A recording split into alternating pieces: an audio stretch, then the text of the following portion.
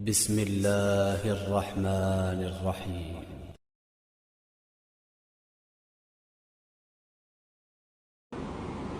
Untuk penentuan waktu Hari Raya Idul Adha berdasarkan wukuf di Arafah ataukah berdasarkan ulil amri di negara masing-masing? Dan jika para ulama salaf berbeda pendapat dalam usul fikih ini, apakah masih bisa disebut ikhtilaf, Ustaz? Karena ada pendapat haram hukumnya berpuasa saat hari raya, dan demikian juga sebaliknya. Jazakallahu khairan. Ini ada khilaf di kalangan para ulama sejak dahulu dan kita saling menghormati dalam hal ini, ya, saling menghargai. Tetapi pendapat yang saya pilih, pendapat yang lebih kuat adalah masing-masing mengikuti ru'yah di tempatnya masing-masing, ya, tempat di ru'yah di tempatnya masing-masing. Oleh karena di antara pendalil yang disebut Ibnu Taimiyah rahimahullah taala, ketika zaman dahulu banyak orang berhaji, misalnya berhaji atau kemudian Ramadan, ya, mereka di Mekah, ya, mereka dari India, mereka dari Afrika, ya. Tetapi ketika mereka pulang di kampung di India atau di Afrika, mereka tidak pernah kemudian menyampaikan kepada orang-orang di Afrika dan di India misalnya, kalian dulu puasanya kapan, bukanya kapan, kalian harus konversi kepada yang di Mekah. Jadi kalau kalian 29 hari, kita di Mekah 30 hari, berarti salah. Kalian harus tambah 1 hari. Itu enggak pernah terjadi. Yang ini menunjukkan masing-masing mereka menjalankan ibadah sesuai dengan tempatnya masing-masing. Dan zaman dulu tidak ada namanya berita sampai dari Mekah menuju ke India. Kapan menunggu kabar di Mekah sudah lihat hilal atau tidak, kapan mau sampai. Oleh karenanya masing-masing menjalankan apa yang mereka lihat, hilal yang mereka lihat. Kemudian juga demikian pula juga dengan bulan haji, ya. Zaman dahulu juga tidak ada sarana informasi, sehingga masing-masing puasa Arafah masing-masing sesuai dengan hilal yang dia lihat, ya, yang dia lihat. Tapi saya katakan ini masalah khilafiyah, ya. Oleh karena ini masalah khilafiyah, kita kembalikan kepada pemerintah. Dan kita ada nilai persatuan yang harus kita perhatikan. Seandainya pemerintah kemudian mengumumkan bahwasanya 1 Zulhijjah pada tanggal sekian, kemudian sholat idnya pada hari apa, mungkin berbeda dengan Saudi, maka kita ikut pemerintah. Ini masalah khilafiyah dan pendapat bahwasanya masing-masing punya ru'yah hilal ini sangat kuat, ya, sangat kuat. Sebagai saya contohkan, seandainya kalau kita mau ikut Saudi, ya, misalnya ikut Saudi. Tanyakan Saudi, kita harus Arafah karena Arafahnya di sana. Ya, Arafah di Saudi, Arafah bukan di Jakarta. Kita bilang, bagaimana Anda menyuruh orang-orang Papua misalnya untuk menjalankan hal tersebut? Saya ingat antara Papua dengan Saudi, ya, bedanya 6 jam, ya. Bedanya 6 jam, ya. Misalnya, atau kita bayangkan bedanya 6 jam. Kalau misalnya Papua harus nunggu Saudi, tentu repot, ya. Ketika nunggu Saudi kemudian mereka lagi di Arafah, ternyata di Papua sudah berbuka puasa. Repot, ya, karena beda 6 jam. Mereka baru mau wukuf pada zuhur, jam 12. Di Papua sudah berbuka, jadi nggak bisa disinkronkan. Saya ulang, ya, orang di Papua tidak bisa sinkron dengan Saudi. Ya, kalau menunggu bahwasanya hari Arafah adalah nunggu orang harus ada wukuf di situ, maka kita harus harus ngikut yang ada di Saudi. Kita bilang, ya, sekarang di Saudi namanya wukuf mulai setelah zuhur. Ternyata setelah zuhur di Papua sudah maghrib. Gimana mau disinkronkan? Tapi ini masalah khilafiyah, ini bukan bahan untuk kita saling mencela satu yang lain, tapi kita berhak untuk memilih. Taruhlah saya punya pendapat bahwasanya harus ikut Saudi, dan itu juga banyak pendapat ulama, ya.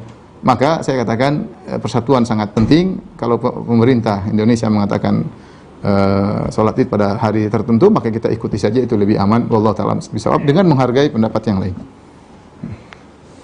Baik, Ustaz, mungkin pertanyaan kedua, ya, bisa diberikan ke jamaah yang mengikuti kajian via Zoom. Silakan untuk raise hand. Dan dipersilakan jamaah yang ingin bertanya langsung pada Ustaz. Silakan para jamaah Mahaza yang ingin bertanya langsung, di kode sama Akhi Marwan, ya. Jadi tinggal dibuka, di-unmute-kan. Ya. Silakan jamaah sekalian. Apakah ada yang ingin bertanya langsung? Silakan. Jika tidak, maka akan kita bacakan pertanyaan yang maksud. Ya, silakan. Kita langsung bacakan aja Ustaz. Ya, silakan. Masih malu-malu. Iya. Ya, pertanyaan kedua Ustaz.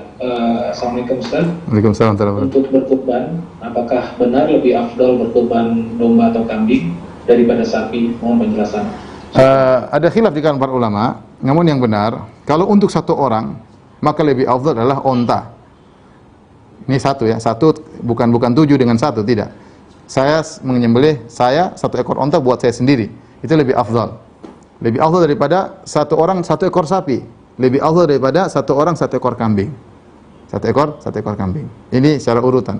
Dalilnya Rasulullah bersabda tentang orang yang segera pergi ke salat Jumat, kata Nabi SAW, man roha fi sa'atil ula faka'annama qarraba badanah. Barang siapa yang datang ke masjid di waktu yang pertama di hari Jumat, seakan-akan dia berkorban seekor onta. Barang siapa yang datang kepada sa'i tsaniyah, pada waktu yang kedua, seakan-akan dia berkorban sapi. Jadi ternyata korban onta lebih afdal daripada korban sapi lebih afdal daripada korban kambing. Ini kalau ditinjau satu-satu. Tapi kalau ditinjau dari per 7 dengan 1, misalnya, mana lebih afdal, 1 kambing atau 7 orang 1 onta, 7 orang 1 sapi? Kalau untuk begini, mana yang lebih afdal? Yang lebih afdal adalah 1 ekor kambing lebih afdal daripada 7 orang 1 ekor onta, dan 7 orang 1 ekor onta lebih afdal daripada 7 orang 1 ekor sapi. Ya, mudah-mudahan dipahami ya. Ya, jadi demikian ya. Sebagian ulama memandang, ini pendapat ya. Mereka mengatakan yang paling afdal adalah kambing secara mutlak. Kenapa? Karena Nabi SAW berkorban dengan kambing.